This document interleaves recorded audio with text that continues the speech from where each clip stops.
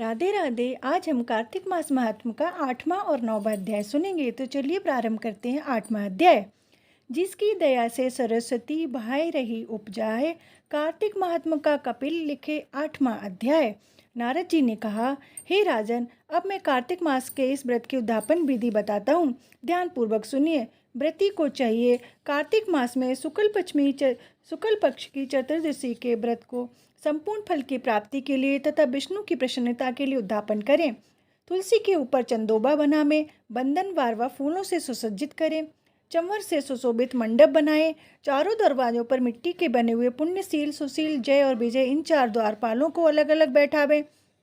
तुलसी की जड़ों में 4 रंगों द्वारा सर्वोत्र भद्र मंडल बनावें, उसके ऊपर पंचरत्न नारियल रखें और शुद्र वस्त्र से कलश को ढकें। फिर भगवान विष्णु का पूजन करें। द्वादशी को भगवान विष्णु जागे थे, त्रयोदशी को देवताओं ने उनके दर्शन किए थे, चतुर्दशी को देवताओं ने उनका पूजन किया था, इसलिए भगवान विष्णु की उद्यापन पूजा की जाती है। इस दिन संयम तथा शांति चित्त से व्रत करना चाहिए। अपने गुरु की मूर्ति बनाकर षोडशोपचार तथा विविध नैवेद्य आदि से भगवान का पूजन करें। व्रती विविध प्रकार के वाद्यों के साथ कीर्तन करता हुआ उस रात्रि में जागरण करे। जो प्राणी श्रद्धा पूर्वक भगवान का कीर्तन करते हैं उन लोगों के 100 जन्मों के पाप धुल जाते हैं।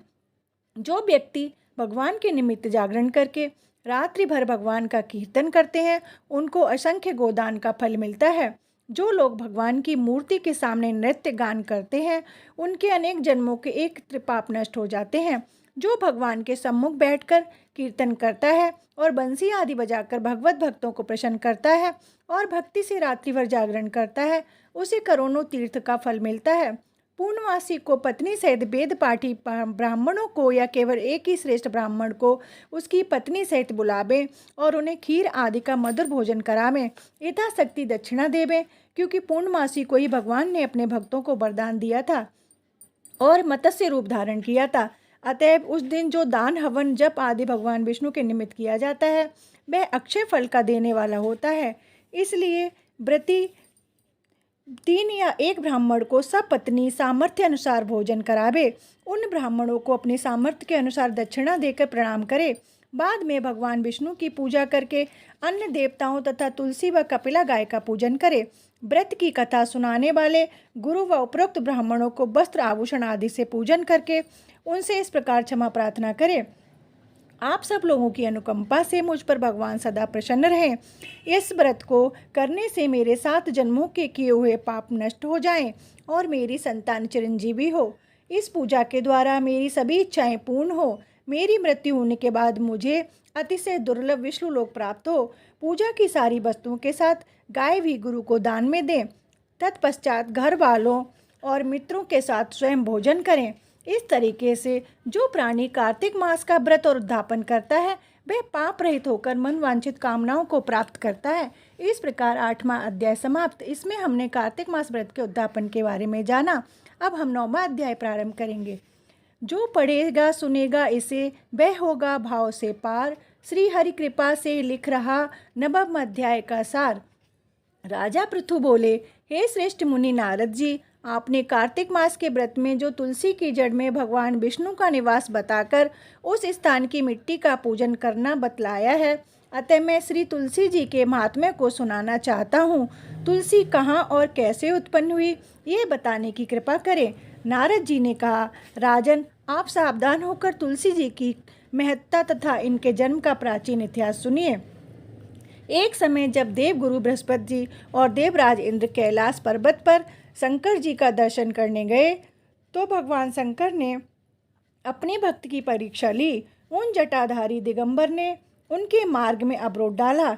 यद्यपि वे तेजस्वी, शांत, लंबी भुजा और चौड़ी छाती वाले गौरवर्ण अपने विशाल नेत्रों से युक्त तथा सिर पर जटा धारे वैसे ही बैठे थे, तथापि उन भगवान शंकर को न पहचानकर इंद्र ने उनका धाम आदि परिचय पूछा और कहा, शंकर जी अपने स्थान पर हैं या कहीं गए हैं। इस पर उस तपस्वी ने कुछ न कहा, परंतु त्रिलोकीनाथ के ऐश्वर्य से गर्वित होकर इंद्र कब चुप रहते। उन्होंने क्रोध कर तपस्वी से घुड़क कर कहा, अरे मैं पूछता हूँ तो उत्तर क्यों नहीं देता। मैं अभी तुझे वज्र मारता हूँ, फिर देखता हूँ तुझ दुर्मति की रक्षा कौन करता है।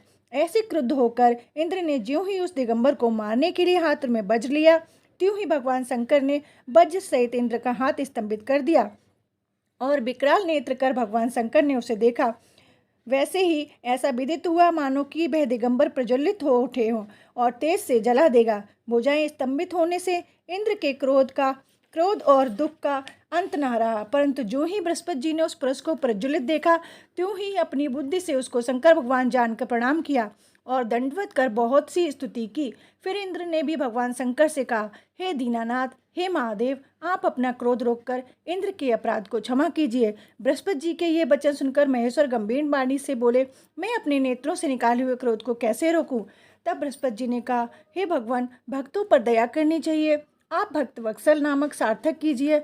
आप अपने इस तेज को कहीं और स्थापित कर इंद्र का उद्धार कीजिए। तब शंकर ने गुरु बृहस्पति से कहा, मैं तुम्हारी स्तुति से प्रसन्न हूँ जो तुमने इंद्र को जीवन दान दिलवाया है। मैं विश्वास करता हूँ मेरे नेत्रों की अग्नि अब इंद्र को पीड़ित नहीं करेगी।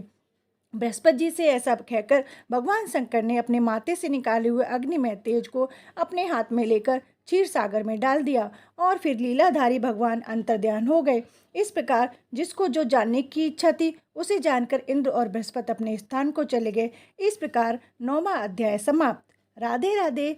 अगर आपको मेरी वीडियो पसंद आई हो तो प्लीज़ लाइक करें, शेयर करें और सब्सक्राइब करें। राधे राधे।